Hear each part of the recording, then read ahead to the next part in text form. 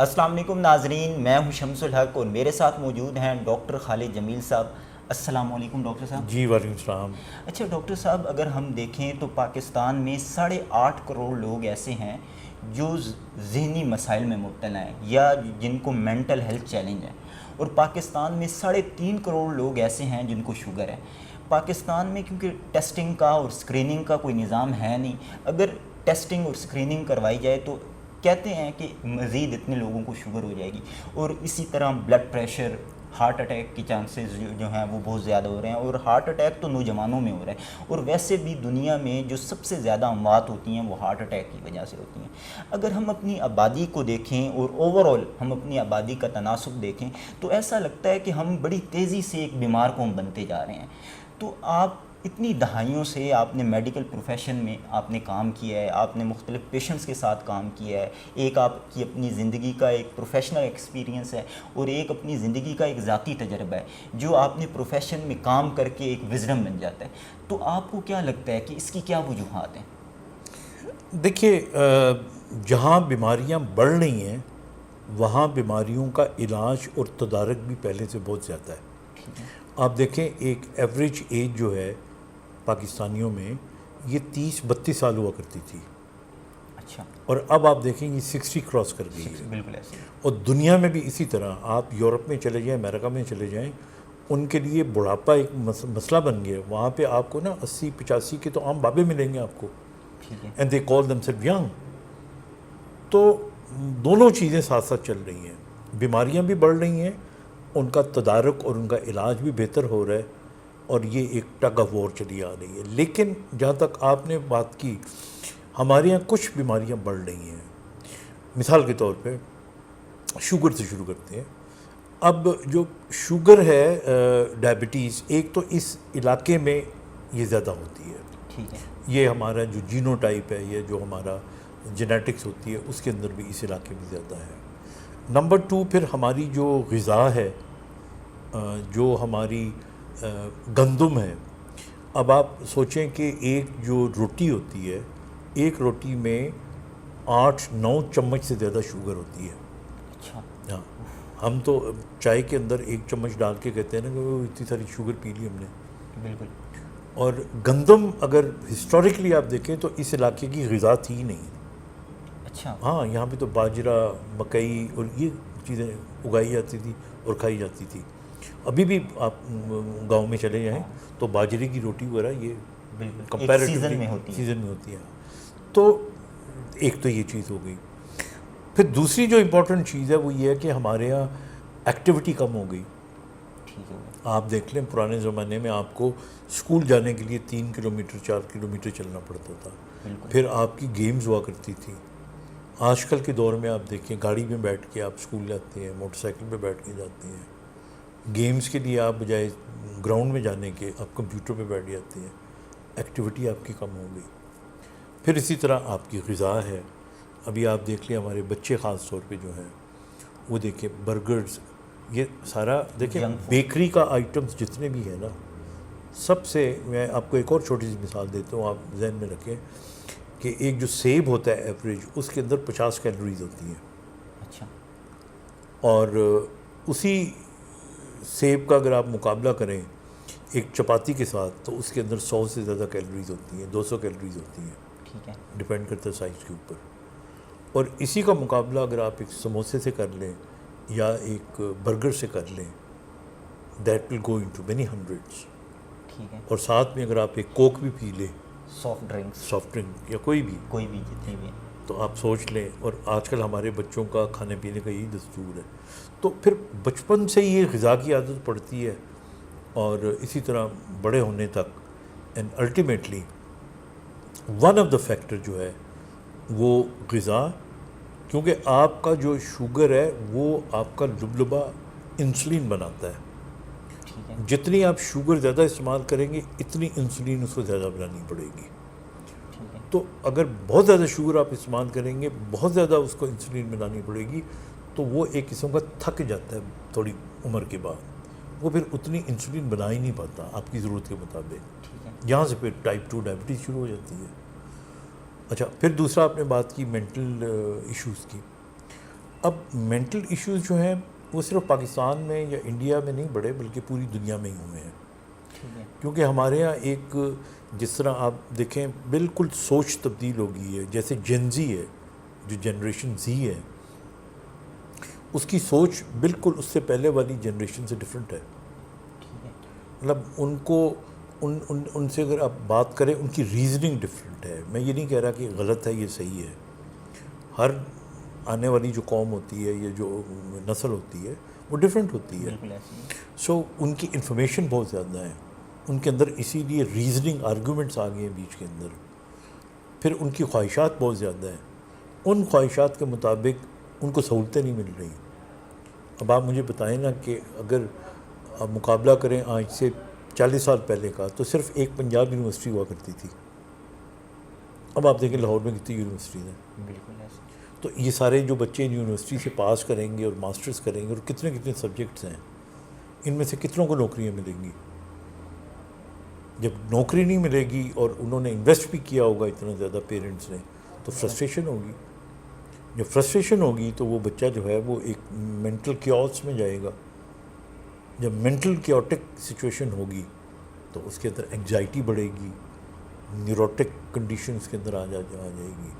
تو اس طرح کر کے پھر جو ہے نا, اسی طرح آپ ہر چیز کو لے لیں, لڑکیوں کی شادیوں سے لے کے, لڑکوں کی شادیوں سے لے کے, نوکریوں سے لے کے, تو یہ ساری چیزیں جو ہے نا, پھر ہمارے یہاں شارٹ کٹس کی بہت زیادہ عادت پڑ گئی ہے. دنوں میں امیر بننا چاہتے ہیں. بالکل. مطلب یہ غلط تو نہیں کہہ رہا میں نا, بالکل ایسے اسی گراؤنڈ ریئلٹی گراؤنڈ ریئلٹی نا. پھر ہم دیکھتے ہیں اپنے ساتھ والوں کو کہ جی اچھا یہ تو وہ کتنے ترقی کر گیا. ہماری جو مینٹل کنڈیشننگ ہے وہ نہیں کی جاتی.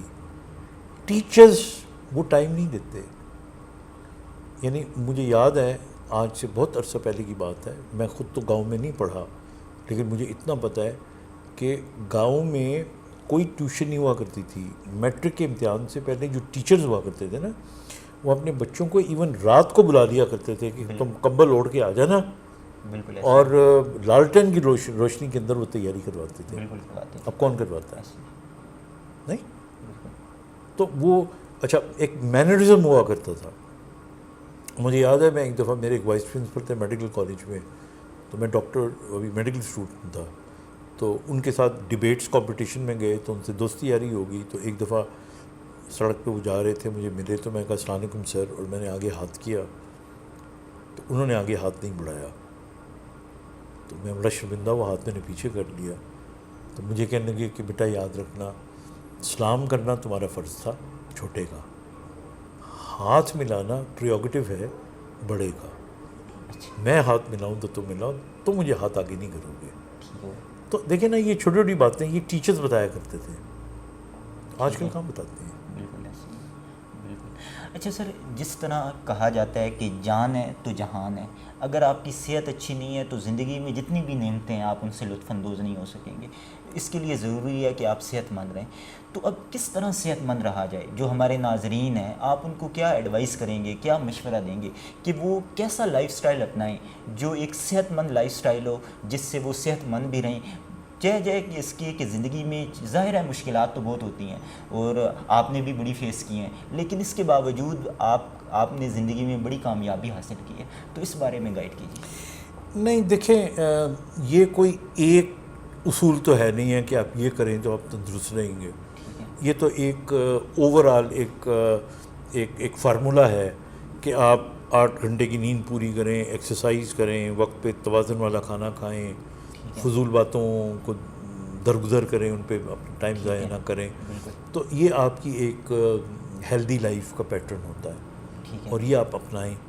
لیکن اس کے ساتھ ساتھ جس معاشرے میں آپ رہتے ہیں, کچھ بیماریاں آپ کو لگ جاتی ہیں نا. مثال کے طور پہ کچھ انفیکشنز ہوتی ہیں جو کہ آپ اوائڈ نہیں کر پاتے, چاہے وہ کامن کولڈ جو ہے, اسی کی بگڑی ہوئی شکل جو تھی وہ آپ دیکھ لیں, جس سے کتنے لوگ بھی جب کووڈ آیا ہے تو یہ بھی تو ایک قسم کا کامن کولڈ ہی کی ایک قسم تھی نا. تو یہ اس قسم کی بیماریاں, یا آپ کے اندر کوئی آرگینک بیماری آ جاتی ہے یا کسی آرگن کی بیماری آ جاتی ہے, تو اس کے لیے تو پھر آپ کو پراپر علاج کرانا پڑتا ہے. لیکن اوور آل آپ اگر بہتر زندگی گزارنا چاہتے ہیں تو آپ کی امیونٹی لیول بہت اچھا ہونا چاہیے. ٹھیک ہے. آپ کی امیونٹی کے لیے آپ کا پانی پینا بہت ضروری ہے تاکہ ڈی ہائیڈریشن نہیں ہونی چاہیے. آپ کو وائٹامنس بہت اچھے استعمال کرنے چاہیے اور نیچرل استعمال کریں جو فروٹس کے اندر سبزیوں کے اندر آپ کو ملیں گے. ٹھیک ہے. پھر اسی طرح نیند کا میں پہلے ہی کہہ چکا ہوں. آپ کا جب آپ سوتے ہو تو بہت سی جو باڈی میں آپ ریپیئر ہو رہی ہوتی ہے وہ نیند میں ہو رہی ہوتی ہے, تو وہ آپ کی اچھی ہونی چاہیے. اور پھر ان ساری چیزوں سے بڑھ کے آپ کو جو یہ جو لوگوں کے دل میں دھڑکا لگا رہتا ہے نا انگزائٹی کا کہ پتہ نہیں کیا ہو جائے گا, یہ آپ کی ہمت کو بھی ختم کرتا ہے اور آپ کی امیونٹی کو بھی خراب کرتا ہے. ٹھیک ہے. اب سادے لفظوں میں آپ کو سمجھاؤں, اگر آپ کی زندگی میں کوئی برا واقعہ پیش آیا اور اس کی وجہ سے آپ پریشان ہوتے ہیں تو یہ ڈپریشن کہلاتا ہے. اور اگر آپ کی زندگی میں آپ کو یہ خوف ہو کہ کوئی برا واقعہ پیش آ جائے گا, ابھی واقعہ پیش نہیں آیا, یہ انگزائٹی کہلاتا ہے. اچھا. تو اس لیے جو گزر چکا ہے اس کو بھول جائیں اور جو ابھی آیا ہی نہیں اس کے بارے میں سوچنے کی ضرورت ہی نہیں ہے. I mean that's a very simple principle. اچھا سر, اب جس طرح آج کے بچوں کو ہم دیکھیں کہ کچھ لوگ ایسے ہیں جن کی جاب ہے نائٹ, تو انہیں ظاہر ہے اگر کسی کی جاب ہے تو اس کے لیے جاگنا ضروری ہے. اور لیکن اگر ہم آج کے بچوں کو دیکھیں تو ایسا ہے کہ ان کو کوئی کام بھی نہیں ہے لیکن اس کے باوجود وہ راتوں کو دیر تک جاگ رہے ہیں, اور پھر وہ کہتے ہیں کہ ہم اپنی جو نیند ہے وہ دن کے وقت پوری کر لیں گے. تو اب کیا اگر کوئی شخص رات کو نہیں سویا, یعنی کہ وہ سو سکتا تھا لیکن اس نے اپنا وقت ضائع کیا اور اس نے کہا میں دن میں سو لوں گا, تو کیا وہ رات کی نیند سے اس کو جو چیزیں ملنی تھیں, جو فوائد ملنے تھے, وہ دن کی نیند سے بھی حاصل ہو جاتے ہیں؟ نہیں, ایسا بالکل آپ ٹھیک کہہ رہے ہو. ہمارے برین کے اندر ایک بایولوجیکل کلاک ہوتی ہے, ایک گھڑی لگی ہوئی ہے. وہ گھڑی یہ کہتی ہے کہ اتنے بجے آپ نے سونا ہے, سونے کے اتنے گھنٹے کے بعد آپ کی باڈی کے اندر گروتھ ہارمون نکلے گا جو آپ کی نشو و نما کرے گا, اتنے عرصے کے بعد فلانے ہارمونز نکلیں گے, جب ارلی مارننگ ہوگا تو کورٹیسول نکلے گا. تو ایک پورے کا پورا پروگرام بنا ہوا ہوتا ہے. پھر آپ نے جو دن کو ایکٹیویٹیز کی اس کی میموری کیسے سیو کرنی ہے, یا جو آپ نے پلاننگ کی ہے اس کے لیے کوئی آئیڈیاز کیسے لانے, تو یہ برین کا ایک بایولوجیکل کلاک کے مطابق ہو رہا ہوتا ہے. اب آپ سوچیں نا, آپ اس کلاک کے مطابق 10 بجے 11 بجے آپ کو سونا چاہیے اور صبح 6-7 بجے اٹھنا چاہیے. تو اگر آپ 2 بجے تک سوتے رہیں گے تو پھر گروتھ ہارمون کب نکلے گا؟ نہیں, باقی ہارمونز کب نکلیں گے؟ کورٹیسول آپ کا لیول کب اوپر یا نیچے جائے گا؟